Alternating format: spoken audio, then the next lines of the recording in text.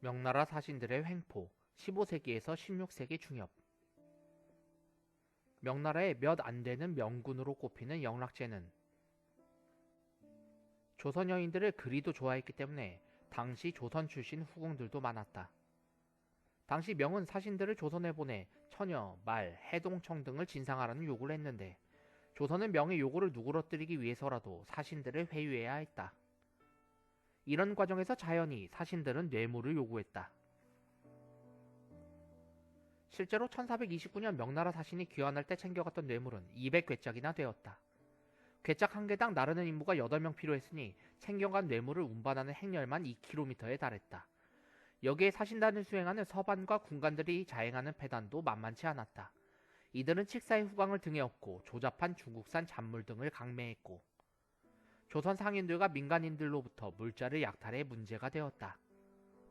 세종 때에는 사신단 수행원 중 일행이 노상에서 조선인을 구타해 살해하는 일도 발생했다. 사신들을 회유하여 명과 원만한 관계를 이어가려던 조선 조정은 이럴 때마다 상당히 난감해했고 이들의 행패를 제어하기 어려워 머리를 쥐어짰다. 급기야 환관 출신 사신들이 조선에서 보인 탐욕과 횡포가 명나라에서도 크게 문제가 됐다. 명나라 조정 역시 사신들의 탐욕과 비리가 대국의 위신을 실추시킨다고 생각했던 것이다. 이런 배경에서 잠시나마 명나라는 환관이 아닌 문관을 사신으로 보내기도 했다. 다만 명나라는 환관들이 득세했던 정권이라 문관 출신 사신은 그리 오래가지 못했지. 이들 문관 출신들은 조선에서 별다른 추태를 벌이지 않았을 뿐 아니라 오히려 칙사 영접 과정에서 조선이 너무 거칠애를 한다고 지적하기도 할 정도였다. 특히 연애시 기생들을 동원해서 가무를 추는 것을 오랑캐 풍속이라고 비난하기도 했다. 또 문관 사신이 오면서 사신들과 조선 접대 신료들이 주고받은 시문을 모은 시집을 편찬하는 것이 하나의 관행으로 자리잡기도 했다. 명나라 사신들의 은사냥 16세기 후반에서 17세기 초. 임진왜란 이후 조선과 명나라의 관계는 다시 요동쳤다. 임진왜란이 발발하고 의주까지 몽진한 선조는 명나라에 도움을 요청하는데 무려 30년 동안을 탱자탱자 놀기만 하던 중국의 황제 만력제가 무슨 바람이 불어서인지 느닷없이 조선 출병을 명하게 된다.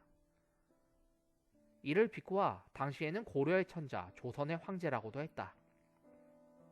그리고 1593년 1월 명나라군은 서해안 화포를 앞세워 평양전투에서 일본군을 격파한다. 그러자 임란 이후 외병에게 일방적으로 털리기만 했던 전세가 역전되고 회복의 전망이 보이자 선조 이하 조선의 대신들은 일약 감격을 하게 된다. 역시 황제국이라는.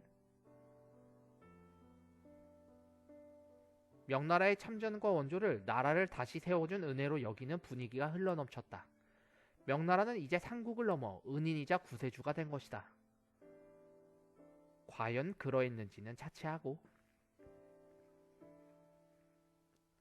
이러한 시기 조선에는 명나라에 많은 신료들이 들어왔었는데 그때마다 선조는 제독 등 명나라 지휘관들에게 먼저 절을 올리는가 하면 정승급의 조선 신료들은 명군 지휘관의 접반사가 되어 수행하면서 이들을 따라야 했다.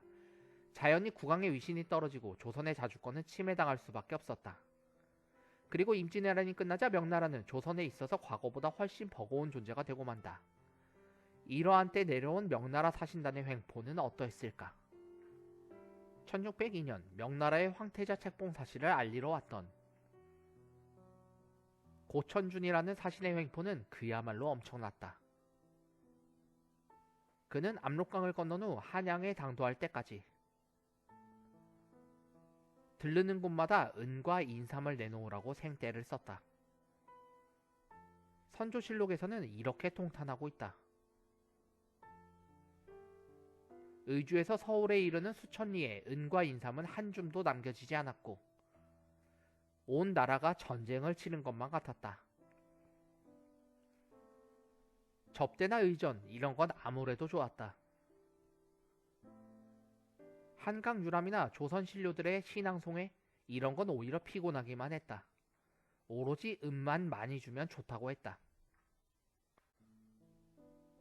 이들은 흡혈귀처럼 은을 빨아들였고 한 번에 수만 양에 달하는 정도로 엄청난 액수를 챙겨갔다. 당시 명나라는 만주의 후금과 대결 구도를 형성하고 있었고 조선이란 나라는 이 틈바구니 속에서 신음을 하던 때였다. 명나라는 임진왜란 때의 은혜를 내세워 청나라와의 싸움에 조선을 끌어들이려 했다. 때문에 광해군 때는 왕이 직접 명나라의 사신에게 은을 가득 안겨줌으로써 그들을 구워 삶으려고 했으니 1621년에 왔던 사신에게만 수만 양의 은을 풀었던 것이다. 인조 때도 마찬가지였다. 왕세자 책봉을 위해 왔던 사신은 은 13만 양을 걷어갔다. 17세기의 명나라 사신들은 오직 은의 눈이 멀어 조선에 왔던 자들이기에 변변한 기행문이나 시문집을 남겼을 리도 없었다.